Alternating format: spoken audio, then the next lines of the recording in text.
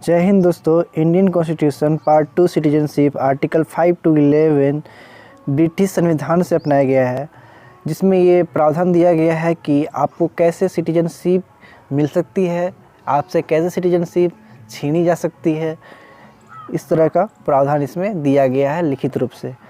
Article 5 में ये mention है कि संविधान के प्रारंभ में नागरिकता, यानी कि 26 जनवरी 1950 को भारत का संविधान लागू हुआ था, इसीलिए हम लोग रिपब्लिक डे मनाते हैं। इसमें ये कहा गया है कि इस संविधान के प्रारंभ में प्रत्येक व्यक्ति जिसका भारत के राज्य क्षेत्र में अभी अधिवास है, मतलब इसमें ये कहा गया है कि 1950 से पहले जो भी व्यक्ति भारत में था, उसका यहाँ पे घर है, ज़मीन है, तो यहाँ का नागरिक है।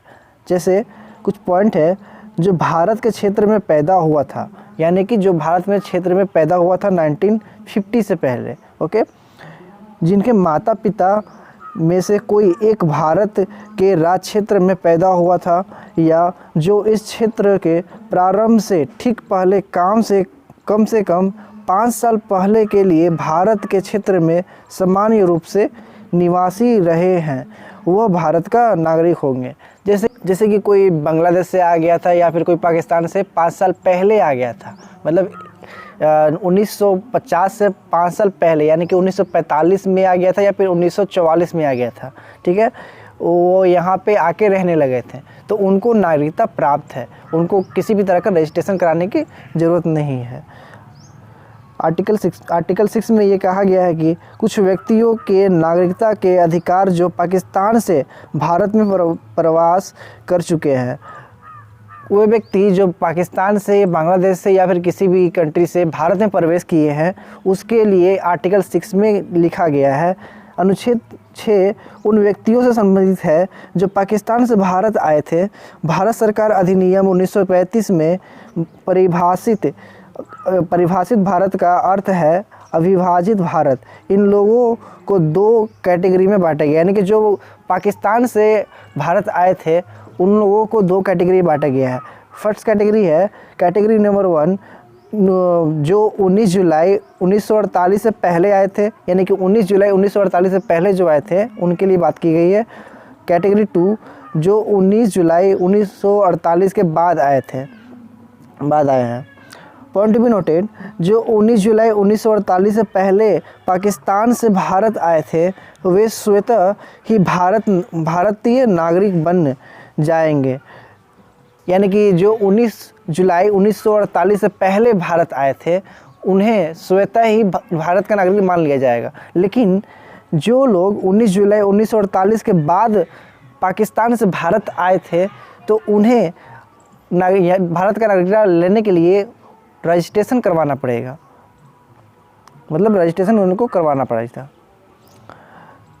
आर्टिकल 7 में ये कहा गया है कि पाकिस्तान में कुछ प्रवासी के नागरिकता के अधिकार, जो पाकिस्तान से यहाँ पे आए थे, वहाँ उन लोगों का नागरिकता का क्या अधिकार है, इसमें मेंशन किया, आर्टिकल 7 में मेंशन किया गया है, जिसमें ये कहा गया है कि आर्टिकल 7 उन व्यक्तियों से संबंधित है जो पाकिस्तान चले गए थे, लेकिन अस्थायी रूप से यहाँ रहने के इरादे से पाकिस्तान से भारत लौट आए थे। इसमें ये कहा गया है कि जो व्यक्ति भारत से पाकिस्तान में चला गया था और पाकिस्तान में अगर उनको अच्छा नहीं लगा, वो सोचे कि भारत में ही अच्छा लगेगा, तो भारत में वापस आ गए रहने के लिए, तो ये आर्टिकल 7 में उनके लिए कहा गया है। कुछ पॉइंट है इसमें कहा गया है कि फर्स्ट पॉइंट है अनुच्छेद 5 अनुच्छेद 6 को होते हुए भी एक व्यक्ति जो मार्च 1947 के पहले दिन के बाद भारत के क्षेत्र से अब पाकिस्तान में शामिल क्षेत्र में प्रवास कर गया है, उसे भारत का नागरिक नहीं माना जाएगा। यानी कि 1947 से पहले जो भी नागरिक पाकिस्तान में प्रवेश कर गया है, उन्हें भारत का नागरिक नहीं माना जाएगा। नेक्स्ट है परमिट प्रणाली 19 जुलाई 1948 में शुरू की गई थी। एक सिटीजनशिप परमिट आई थी जिसे 19 जुलाई 1948 में शुरू की गई थी। इस प्रणाली में यह प्रावधान था कि एक व्यक्ति जो अस्थायी रूप से निवास करने के इरादे से भारत वापस आना चाहता है, उसे एक अलग परमिट प्राप्त करने की आवश्यकता है। यानी कि जो भी व्यक्ति पाकिस्तान से भारत आ रहा है तो उसे एक रजिस्ट्रेशन करवाना पड़ेगा। दोस्तों, आर्टिकल 8 में यह प्रावधान दिया गया है कि भारत के बाहर रहने वाले भारतीय मूल के कुछ व्यक्तियों के नागरिकता के अधिकार, मतलब जो भारत से बाहर रह रहे हैं, कोई विदेश में रह रहा है, जैसे कोई पढ़ाई कर रहा है या कोई काम कर रहा है, कोई बिजनेस कर रहा है, मतलब उनके लिए ये आर्टिकल 8 में कहा गया है कि अनुच्छेद 8 उन व्यक्तियों से संबंधित है जो विदेश में रह रहे थे।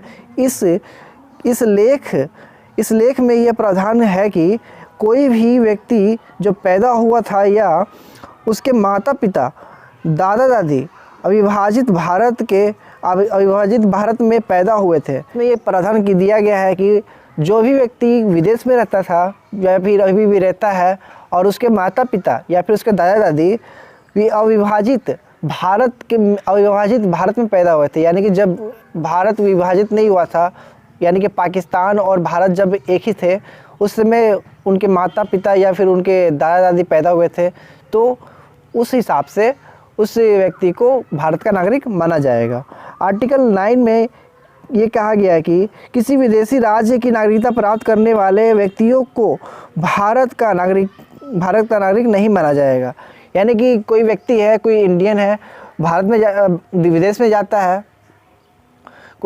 जाता है, वहाँ पे काम करता है या फिर पढ़ाई करता है या फिर वहाँ पे कोई बिजनेस खोल लिया है और वो सोच रहा है कि मैं वहीं पे जाकर सेटल हो जाऊँ, तो अगर वो वहाँ पे अगर सेटल हो जाता है, वहाँ की नागरिकता प्राप्त कर लेता है, तो भारत का नागरिकता ऑटोमेटिकली समाप्त हो जाएगी। उसे अगर दोबारा से भारत में रहना होगा तो उसके लिए कुछ प्रावधान है, जैसे कि कुछ आपको शायद 5 या 10 साल तक आपको यहाँ पे रहने पड़ेंगे, यहाँ पे काम करना पड़ेगा, तब जाकर आपको नागरिकता की प्राप्ति हो सकती है, सुनिश्चित की जाएगी। आर्टिकल 7 में नागरिकता के अधिकारों की निरंतरता दी गई है।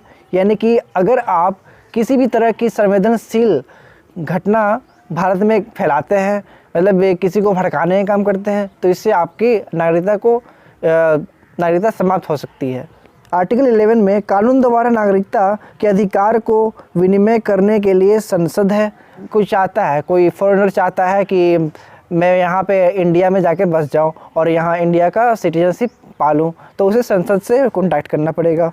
दोस्तों, ऐसे ही इन्फॉर्मेटिव सेशन का नोटिफिकेशन सबसे पहले पाने के लिए चैनल को सब्सक्राइब कर बेल आइकन को ऑल पे कर तथा हमारा मोटिवेशन बढ़ाने के लिए सेशन को ज़्यादा से ज़्यादा लाइक तथा अपने दोस्तों के साथ शेयर करें। धन्यवाद।